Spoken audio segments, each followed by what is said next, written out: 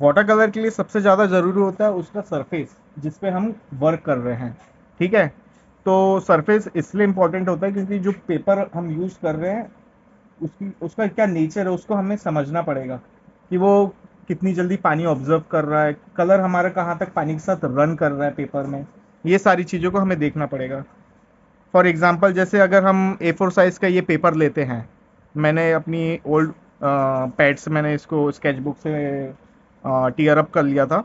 तो अगर आप इसमें वाटर कलर अप्लाई करते हो तो इसमें पेपर क्योंकि बहुत पतला है, 30-40 GSM होगा, और पेपर का नेचर वैसा नहीं है कि वो ऑब्जर्व कर सके और पानी इसमें ज़्यादा अच्छे से फैल सके। तो इसमें अगर आप कलर अप्लाई करोगे तो वो कलर वहीं पर रुक जाएगा, ये फैलेगा नहीं पेपर, ठीक है। और ये ऑब्जॉर्व भी उतनी जल्दी कर लेता है कि आपका पेपर डिस्ट्रॉय भी हो सकता है, तो इसमें लैंडस्केप अच्छा नहीं हो सकता। तो ये जानना बहुत ज़रूरी है कि वाटर कलर किस पेपर में सबसे ज़्यादा अच्छा हो सकता है, ठीक है। तो इसमें नहीं करना है।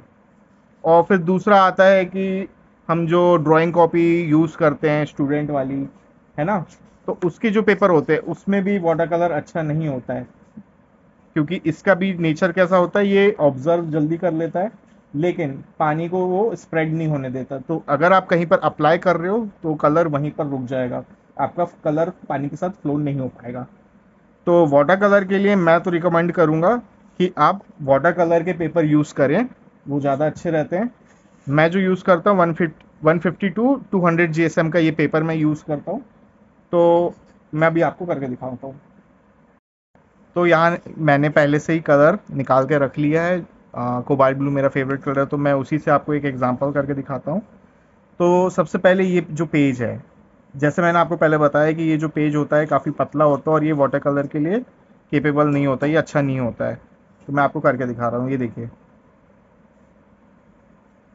जहाँ अगर आप कलर अप्लाई कर रहे हैं और मान लें अगर आपको चाहिए कि ये फ्लो कर जाए या उसके साथ अच्छे से मैशअप हो जाए, तो नहीं, ये देखिए अलग से एक लाइन बन रही है, जबकि पेपर अभी सूखा भी नहीं है और ये अलग से एक लाइन बन रही है ये, क्योंकि ये जो जहाँ पर भी हम कलर यूज़ कर रहे हैं वो क्या कर रहा है, कलर को इंस्टेंटली ऑब्जॉर्व कर ले रहा है पानी के साथ, है ना। तो ये अलाउ नहीं कर रहा है कि पानी फ्लो हो उसके सरफेस पे, तो ये पेपर अच्छा नहीं है, ठीक है। अब मैं दूसरा आपको करके दिखाता हूँ। ये वाला पेपर उसके अकॉर्डिंग बेटर है, लेकिन ये भी वाटर कलर के लिए हम अप्लाई नहीं करते। ये देखिए, ये हमने अप्लाई किया,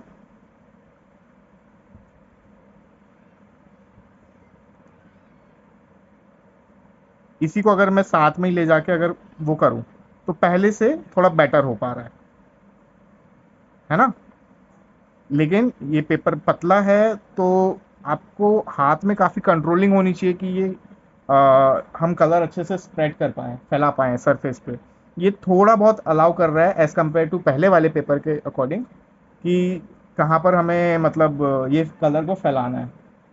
तो ये थोड़ा बहुत अलाउ करता है, लेकिन ज़्यादा अलाउ नहीं करेगा। तो देख सकते हैं आप, अगर मान लीजिए अगर मैं सेकंड लेयर भी अब सेकंड लेयर डालूँगा तो ये अच्छे से नहीं हो पाएगा।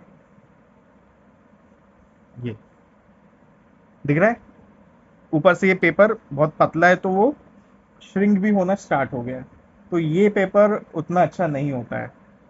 जो वाटर कलर के लिए पेपर होते हैं उनकी थिकनेस अप्रोक्स 150 to 200 GSM होनी चाहिए मिनिमम।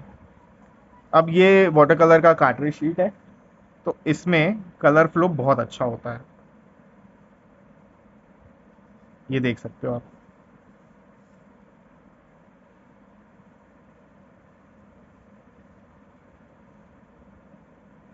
आपको दिख रहा होगा।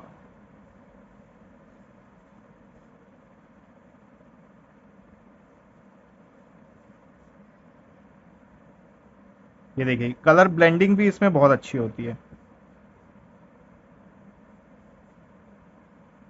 तो ये जो पेपर होता है ये बहुत अच्छा होता है, तो आपको मार्केट में एज अ कार्ट्रिज शीट के नाम से ये मिल सकता है। If you like my videos, do like, share and comment. And for more videos, don't forget to subscribe my channel and press the bell icon.